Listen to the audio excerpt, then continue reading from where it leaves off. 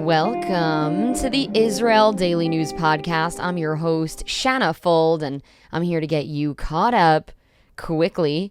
I've got some top news stories for you today from Israel, and guess what? You're listening, so you're already on top of your game. Survive and thrive, people. Knowledge is the best weapon. Today is Thursday, October 30th, 2025 in the Gregorian calendar, and the 8th of Cheshvan, 5786 in the Hebrew calendar.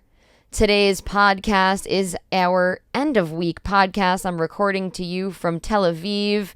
I'm very happy to be back at home. Now, let's get to the news.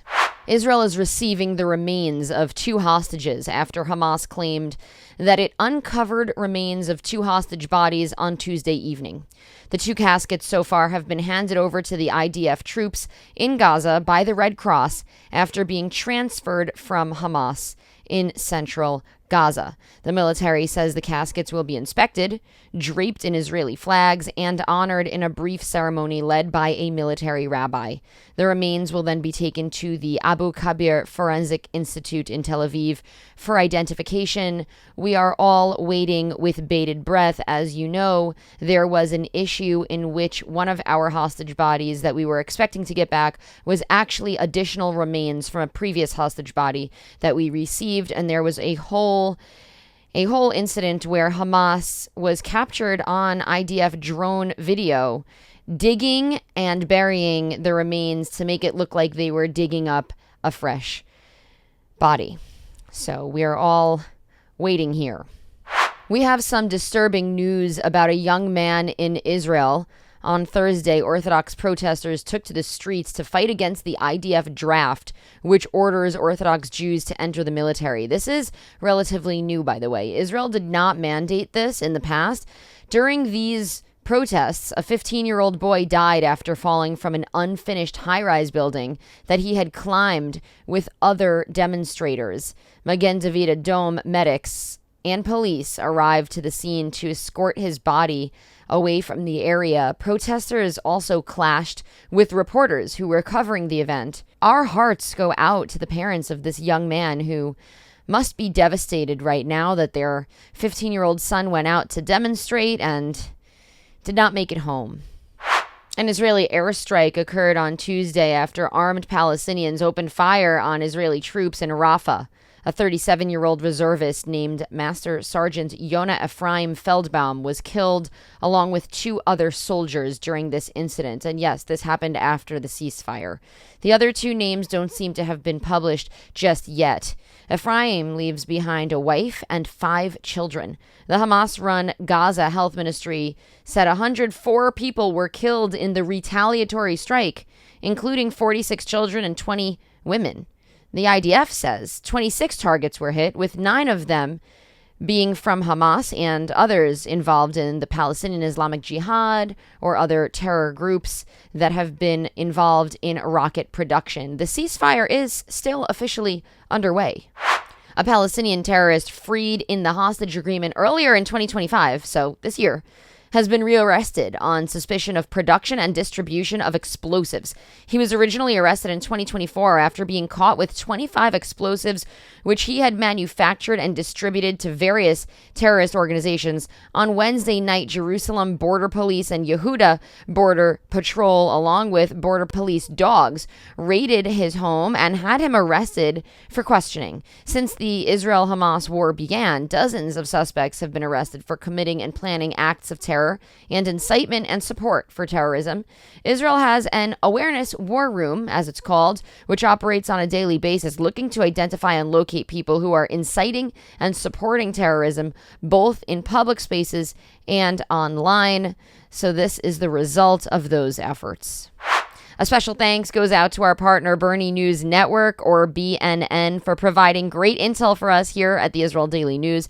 For fast and precise updates, join BNN on WhatsApp and Telegram at their website, bernie.news. And a special thanks to Perry Schwartz, our news writer, who has been pouring her heart out, loyally following the updates and writing for us. Of course, I want to thank all of you for your interest in Israeli affairs. Israeli politics our world politics. I also want to thank all of you who personally finance and fund the Israel Daily News podcast with monthly contributions. You can support us with contributions by going over to our website, israeldailynews.org, and clicking on donate. The Patreon link is over there, and you can send us a monthly sponsorship using the Patreon link. There's also an option for a one-time donation as well. Our organization is operational thanks to listeners and supporters like you. Thank you to Marianne Vollinger for her monthly support. In response for your contributions, I'll send over a handwritten thank you note to show my appreciation. Follow us on social media at israeldaily.news. We are on X, YouTube, TikTok, and on Instagram. Our page is about 40,000 followers. You can also follow my personal page at Shanna Fold. My name has 2 N's in it, and I'm very sensitive about that. Yair Netanyahu, the eldest son of Israeli Prime Minister Benjamin Netanyahu, was elected as a board member of the World Zionist Organization, sparking backlash, actually, from Yesh Atid and Israel's Democrats Party, which voided a deal with Likud over joint appointments to the World Zionist Organization, meaning you had left-wing parties and right-wing parties that made their suggestions for leaders and didn't want to continue it because they were kind of opposing parties, even though they had the same candidates, both from the left and the right. Yet Yair Netanyahu is expected to run their public diplomacy department. He's going to be receiving an office and a car. The World Zionist Congress voted to extend the convention by 2 weeks to allow delegates to vote to officiate national positions agreed upon by the coalition after the Congress continued very late into the night. If you want more on the World Zionist Congress, we actually gave you kind of a deep dive in the last episode of the Israel Daily News, and you can also check out our website, israeldailynews.org, to read about what this is. It's essentially a group of Jews getting together from all different parts of the world and coming together to discuss and vote upon Jewish issues. It's a long-time organization. It existed before the State of Israel, and it just is convening in Jerusalem as we speak. The oldest person in Israel has passed away at the age of 111. Adele Samuelson was born in South Africa in 1914 and was a well-known and beloved figure in her community. She maintained an independent lifestyle until her late life. Even at 100, she would go on a walk along the beach every morning with youthful spirit and optimism. After she immigrated to Israel, she lived in the thriving center of the country and worked in the office of the president of Tel Aviv University for several decades before retiring at 86 years old. I'm sure that work kept her young, being with young people. Her grandchildren describe her as having been an extraordinary, hardworking, and purposeful woman. Her funeral took place on Sunday, October 26th, so just a few days ago, in Michmoret, which is a beachside city in central Israel. She was buried alongside family. And now for a Torah thought by Rabbi Yossi Madvig of Oswego, New York.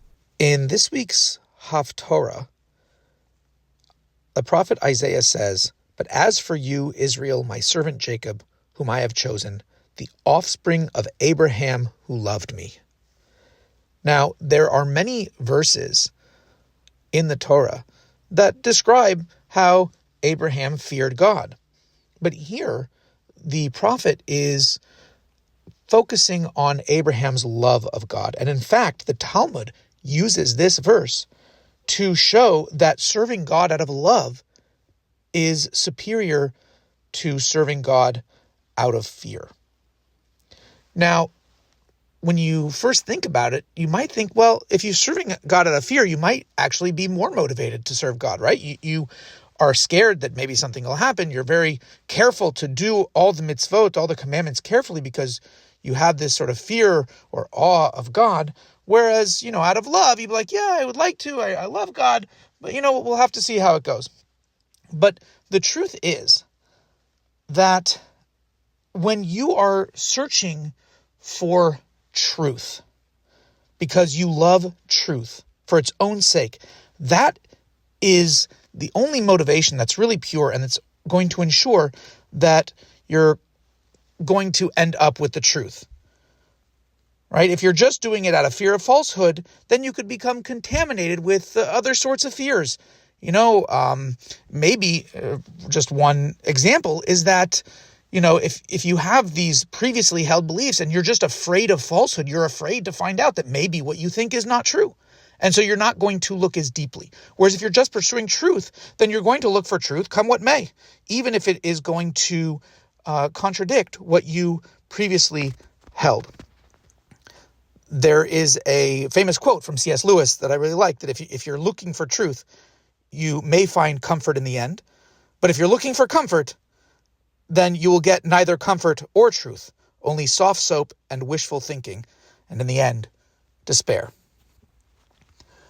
And we also see that the idea of serving God out of love is something that is infectious. People who are, when they see their parents or grandparents doing mitzvot and observing Judaism out of love and warmth, they are swept away with that enthusiasm, and they're often more likely to continue those traditions. Whereas if they see their parents or grandparents serving God out of fear, and they're always, kvetching and, it's so hard, but I have to do it, it's our responsibility, it's our duty, this could be really off-putting, and a lot of times people will fall away from that and shy away from keeping up with those traditions. And it's for these reasons that I think the Talmud's proof of the motivation of love is superior to serving God out of fear, which implies in this verse, right, that Abraham's offspring, which is us, that even we possess within us this same love of God that Abraham did. So we have to tap into that. We have to tap into the love of our ancestors, the love of Abraham that he had for God, and that he bequeaths to us as his offspring to continue on the traditions. Shabbat Shalom.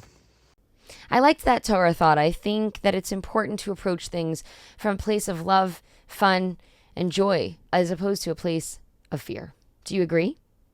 All right. Well, that is it for today's show. Today is Thursday, October 30th, 2025. Tel Aviv has a low of 20 degrees Celsius and a high of 27 degrees. That's 68 degrees Fahrenheit for the low, going up to 80 degrees for the high. We are everywhere. Don't forget to sign up to our Israel Weekly News Wrap. The Israel Weekly News Wrap is a newsletter with the top 5 stories coming out of Israel from throughout the week. And of course, with a personal note from me at the top, you can sign up for that at israeldailynews.org. I'm going to send you off today with a song called Shabbatot V'Chagim, sung by Ya'ara Sholian. Enjoy her song and have a great and productive day and an excellent weekend. Shabbat Shalom, everyone.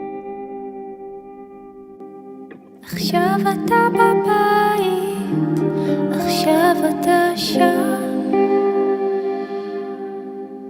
הילדים קופצים עליך, הם הכי יפים בעולם,